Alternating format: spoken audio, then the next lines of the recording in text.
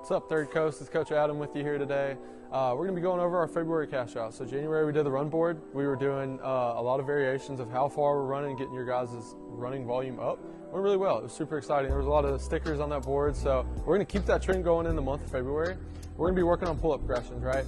I know a lot of you guys, like the New Year goals you had talked about, man, I want to get a strict pull-up. Well, we want to nail the basics first before we get to the full strict pull-up, right? We want to be able to progress you guys and give you guys challenges throughout the month to get to that point to where you want to be, right? So we're going to be going through a handful of movements. We're going to have progressions as we did with the runs, right? Starting in something basic and then building into something more advanced as the month progresses. First thing that we're going to have is we're going to have a feet-assisted scat pull-up. So with these, all I'm focusing on is having my weight fully in my hands and slightly pulling my head away from my shoulders, just getting used to having the weight of my hands on the bar, working on it and getting used to the pull-up progression, right? From there, as I get more and more comfortable, I'll find a taller bar to where my feet are off the ground.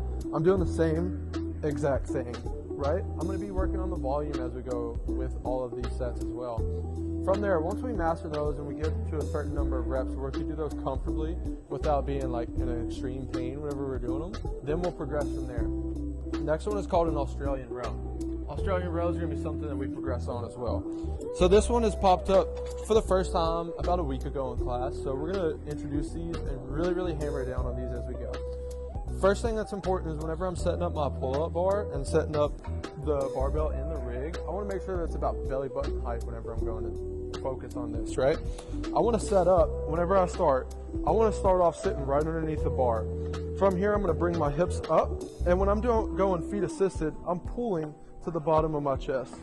We're going to put some reps in these, and as those become easier, then we're going to move to the next step, which is a more advanced version of this, where I do the same exact thing. Now I'm locking my legs out whenever I do it, which is going to make it significantly harder, right?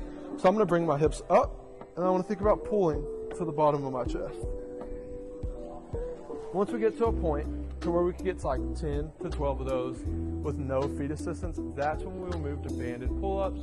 We'll do our bands, step in the bands, do our pull-ups with less bands than what we're normally used to. And then as we progress on those, we'll see if we can end the month with strict pull-ups. So looking forward to it, guys. As always, stay classy, Third Coast.